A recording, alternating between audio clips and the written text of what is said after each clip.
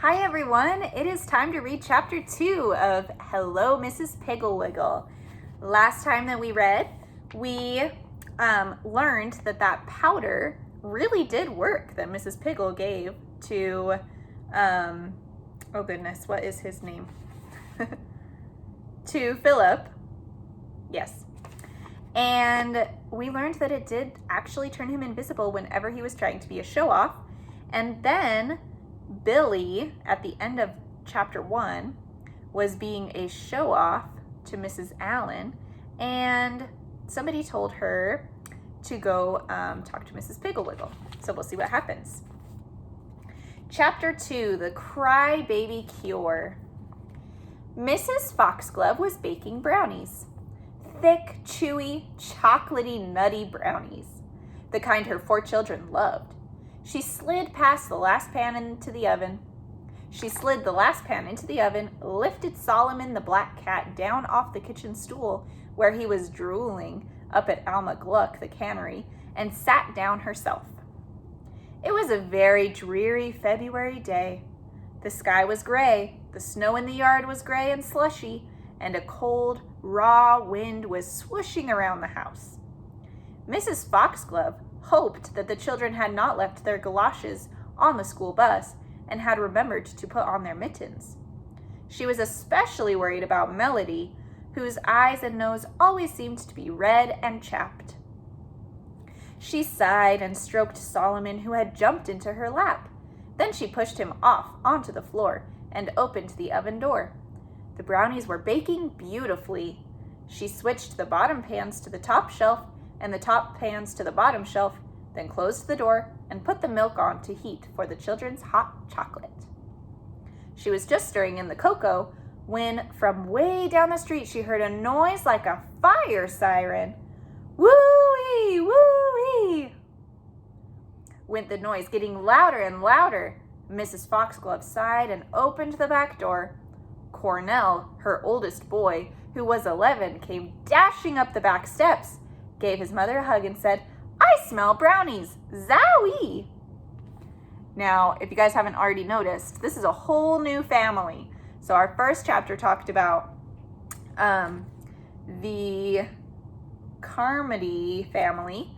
Now we're talking about the Foxglove family. So this is a whole new family, okay? Whole new characters. Harvard, who was 9, stamped the snow off his galoshes. Galoshes is another word for boots. And said, "Another 100 in spelling, Mom. How many brownies can I have?" Emmy, who was 6, said, "I lost another tooth today, but I can chew brownies. How many can I have?" Melody, who was 8, came shuffling up the walk, her mouth so wide open her mother could almost see her stomach. "Mother," she cried, "the kids are teasing me." Mrs. Foxglove said, "Hurry up, Melody. I want to shut the back door before the house gets cold." "I can't hurry," Melody sobbed as she wiped her red nose on her sleeve. "I fell down and..." Oh, she's talking kind of weird. "I fell down and my knee hurts and I can hardly walk." "All right then," said her mother. "I'll shut the door and you can take as long as you like." She closed the door. Instantly, a wail like a dying hyena filled the air, and Melody came charging up the back steps, threw herself against the back door, yelling, "Let me in! I'm freezing!" Mrs. Foxglove opened the door, and Melody, who had been leaning heavily against it, fell into the kitchen. Emmy and Harvard and Cornell, who were sitting on the floor taking off their galoshes, laughed uproariously. Melody lay stretched out on the floor like a squashed spider, bawling. Mrs. Foxglove pushed her aside a little with her foot and shut the door. Immediately, Melody screamed, "You kicked me! My own mother kicked me!" Mrs. Foxglove said, Melody dear, I only pushed you a little with my foot so I could close the door." Solomon walked over and licked her ear with his rough little tongue. "Ouch!" she squeaked. "Solomon scratched me right here by my ear." He did not, Emmy said. He just licked your ear, you old ball baby. My ear, it's bleeding, Melanie snuffled. I'll probably get rabies. Gee, Mom, isn't she awful? Said Cornell. She's the biggest baby in the whole school. Nobody even likes her. There's Melody complaining and crying. There's Solomon the cat, Emmy, and Cornell.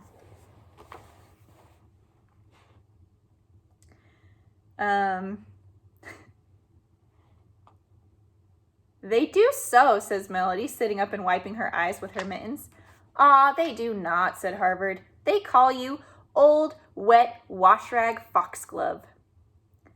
That's what you call me, said Melody. Did you hear that, Mommy? He calls me old, wet, wash-rag Foxglove all the time. She began to cry again. Mrs. Foxglove said, Oh my goodness, I smell the brownies. Out of the way, everybody. Pick up your things and take them into the coat closet.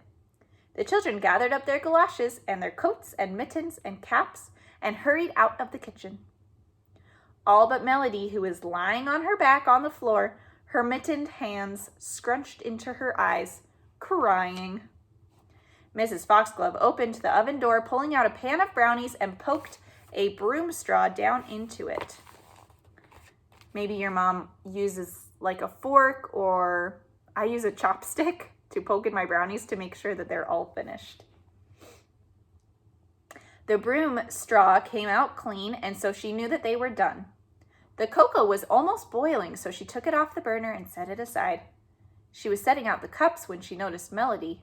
She said, Come on, Chickabiddy, stop that snuffling and take off your things.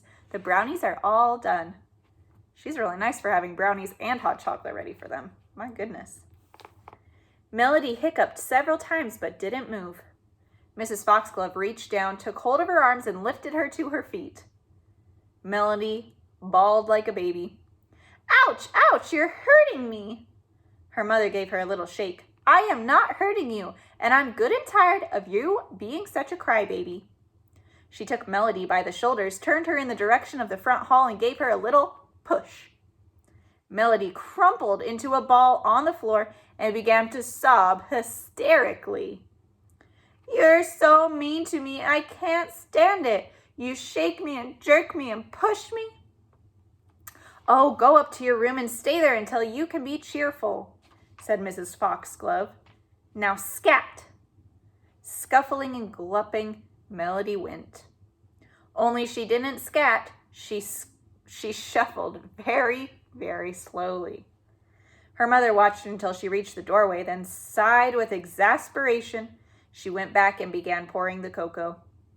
Emmy came skipping into the kitchen. She hugged her mother around the knees and said, You're the best mommy in the whole world. Can I have 6 brownies? Her mother bent down and kissed her on the top of her head and said, Let's start with 1. Then Harvard and Cornell came in with Hit Boy, the dog. I think his name is actually Hi Boy. Hi Boy, the dog. And for a while, Mrs. Foxglove was so busy that she didn't have time to think about Melody. Then the telephone rang and it was Mrs. Popsicle.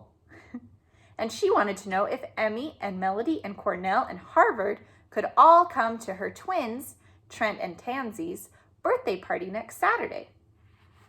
Mrs. Foxglove said certainly they would love it. Mrs. Popsicle said they were to wear play clothes, come at 11 because Mr. Popsicle was going to take them to Playland and then to a movie. As soon as Mrs. Foxglove hung up the phone, the children, all sounding like owls, began hooing and whatting and winning, asking who, what, when, where. And when Mrs. Foxglove told them that it was a birthday party on Saturday, which was only the day after tomorrow, and that they were going to Playland and a movie, the boys whistled through their teeth and said, Zowie and hot diggity. And Emmy said, I'm going upstairs right now and getting Bruno all dressed. Oh, Mom, Cornell said, don't let her take that dumb old teddy bear. All his stuffing's hanging out. Emmy said, I take Bruno every place I go. and he can't help it because his stuffing is coming out, so there. Harvard said, "Oh, there yourself." Quickly, Mrs. Foxglove said, "Boys, I want you to go down and finish up that play table you're making me, but remember, put all of Daddy's tools away when you finish." "I will," Harvard said. "I always do. It's old Cornell that's always leaving stuff out." "Oh, yeah," Cornell said. "What about the hammer you left over at Fetlock Haraway's?" "Come on, boys," said Mrs. Foxglove. "You'd better get started. It's almost 4:30. When the cellar door had closed behind the boys, Mrs. Foxglove turned to Emmy and said, "Emmy, dear, if you'll run upstairs and get Bruno, I'll sew his stuffing back in. And while I'm doing that, perhaps you would like to wash and iron his clothes." After Emmy had gone downstairs, Mrs. Foxglove was scrubbing out the cocoa pan when she heard somebody sniffing behind her. She turned to find Melody, her eyes swollen, her nose as red as a radish, her cheeks all blotchy and her lips dry and cracked, standing in the doorway. Melody said, I noticed you're washing the cocoa pan and I didn't get any, and I guess the brownies are all gone." "Your cup of cocoa is right there on the breakfast table," said Mom cheerfully. "And there are lots and lots of brownies in the cookie jar. However, you can't have anything until you wash your face and cheer up." "I don't think I want anything anyway," Melody said sadly, and she went back upstairs. Mrs. Foxglove groaned. What was she going to do with Melody? What was the matter with her? Perhaps she had better call Dr. Pillsbury. She went into the back hall and dialed his number. His nurse answered and said he was busy but would call her back in a few minutes. Emmy came in. From one hand, she was dragging Bruno by one leg, from the other a laundry bag of his dirty clothes. Mrs. Foxglove sent her upstairs for her work basket, and then the phone rang and it was Dr. Pillsbury, who, when he heard about Melody, said that he would stop by on his way home. Bruno was all mended with his new black shiny shoe button eyes, and Mrs. Foxglove was ironing his best blue and white checked rompers, and the boys were sanding the play table with the electric sander when Dr. Pillsbury arrived. He said, "What a busy, happy family. Do you happen to have a cup of hot coffee?" "Made it especially for you," said Mrs. Foxglove, handing Emmy the rompers and turning off the iron. "Take Bruno and his clothes upstairs and tell Melody to come down." As she poured Dr. Pillsbury his coffee and put some brownies on a plate, she said, "Tim, I'm awfully worried about Melody. She cries all the time over everything. Do you think it could be a fever?"